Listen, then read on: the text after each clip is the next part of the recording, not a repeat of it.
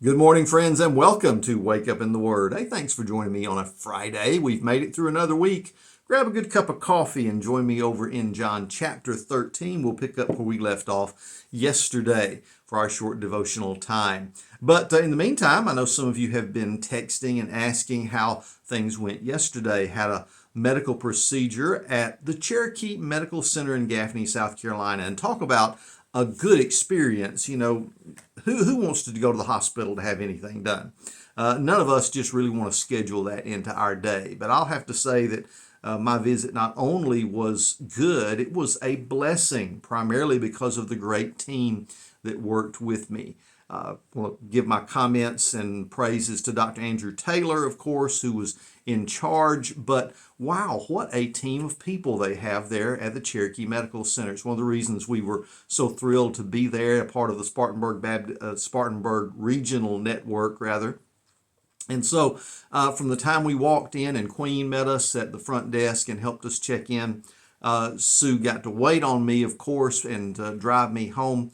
But from that point on, it was just a blessing. Everyone was so cordial, so nice. I really felt like I received a real blessing from the team that worked with me there. So great shout outs this morning to especially my pre-op nurses, Abby and Lindsay. What a joy it was to get to know you and see how sensitive you were, answering all my questions, getting everything done right, and making sure that I wasn't the least bit anxious about what was about to happen. And then the rest of the team, I believe this is Marla, as I'm looking at the name written here. But then my anesthesiologist, Dr. Hawk, did a great job, Neely, Allison, Sandy.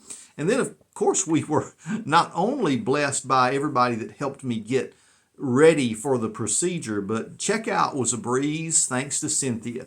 And Cynthia, I didn't realize when I arrived that day, I'd be running into a member of Piedmont Baptist Church in Chesney.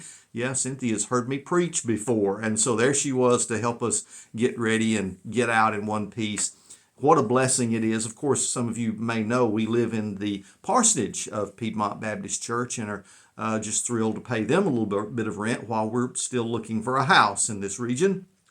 But it was one of those times yesterday where, you're facing some kind of medical procedure and it could be awful. It could be a disaster. You could come away with all kinds of complaints. Instead, we came away saying, wow, everything was smooth. It was wonderful. And the team there had such care and concern for me that I didn't feel it a least bit anxious, not 1 minute that we were there. So thank you guys for the blessing of your ministry to me yesterday. You did a great job. Well, we're back in John chapter 13.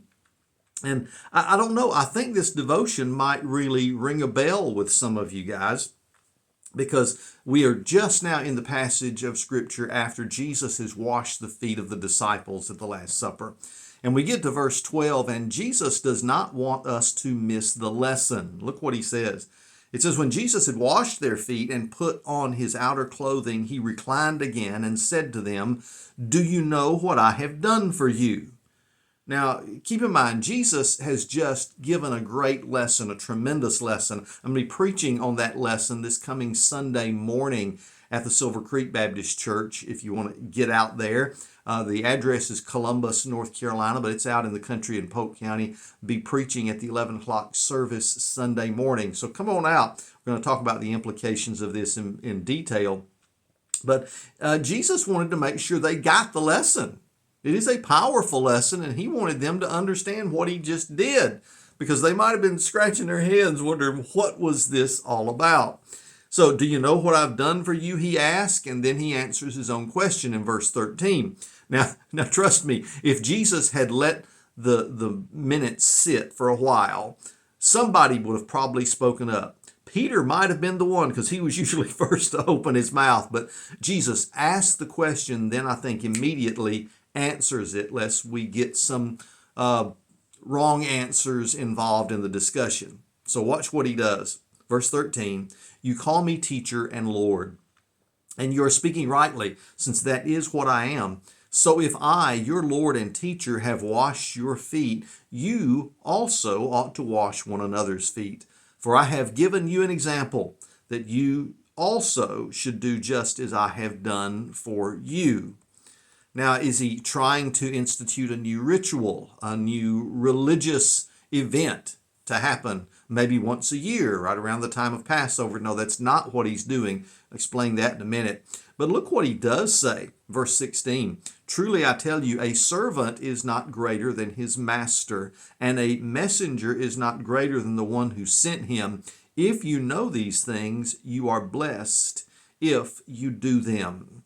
So he's giving us a general principle, the principle of loving servanthood and servant leadership that he wants the disciples to demonstrate as a part of their regular lifestyle, not a new ritual to just be added to their calendar. Now, Jesus' entire life, and I want to bring in some comments from the Enduring Word Bible commentary this morning. Guzik says that Jesus' entire life was a lesson and example to the disciples. And here he felt it was important to specifically draw attention to the lesson of what he had just done. The washing of their feet meant something, and Jesus was not going to leave that understanding up to chance. Jesus instead recognized and encouraged the commitment of the disciples to him. He was their teacher, he was their Lord, and in the same way, they had no other teacher or Lord. But he commanded them to show the same humble, sacrificial love to one another. The example of Jesus should mark their attitude and their action. This was and is true for every follower of Jesus Christ, all who call him teacher and Lord, but should be even more so for those who are or desire to be leaders among God's people. Now, some quotes to bring into this. One from Spurgeon, who said, if there be any deed of kindness or love that we can do for the very meanest and most obscure of God's people, we ought to be willing to do it, to be servants to God's servants. And what's the example here? Jesus did not just wash the feet of his closest friends. Think about the inner circle of disciples that he spent the most time with, Peter, James, and John. He could have said, I'll wash these guys' feet, then you wash the rest of them. No, he didn't say that. Also, remember, Judas Iscariot is still present at this time. I know I've mentioned this 3 days in a row, but you don't want to miss this. Jesus has even washed the feet of the betrayer as a part of this example. So, hey, what are we talking about here? Well, of course, some try to bring somehow into this a brand new example. And when you think about what happens with the ritual demonstrations from the Roman Catholic Church, for example, it's like, oh, this means once a year we're going to do something and we're going to name it and we're going to take up offerings at the door when we do it. But no, it's something that one of the reformers called this, he called it a theatrical foot washing. And in commenting on that, he said, when they have discharged this empty and bare ceremony, they think they have done their duty finally and then are free to despise their brethren. But more, when they have washed 12 men's feet, they cruelly then torture all Christ's members and thus spit in the face of Christ himself. This ceremonial comedy is nothing but a shameful mockery of Christ. At any rate, Christ does not enjoin an annual ceremony here, but he's telling us to be ready all through our life to wash the feet of our brethren. Now, what's so strange is the person who said that is a reformer that's going to go unnamed this morning, who then turned around and found people who disagreed with him and treated them just like the Roman Catholics had treated some of those who were trying to reform that movement. You can't make this stuff up, folks. If you're going to follow this example of Jesus Christ, you can't be picking feet and saying, you know, I'm going to wash those feet and those feet I'm going to cut off. I'm going to bless this person and serve this person. But when this other one comes in, they have a different doctrinal viewpoint than I do on some very key issues in my mind. And so that's going to give me permission to not just kill them, but cut their body up in pieces and hang them on the city gates. No, friends, we can't live that kind of hypocritical lifestyle and fulfill what Jesus is telling the disciples to do here. Instead, he said, wash one another's feet.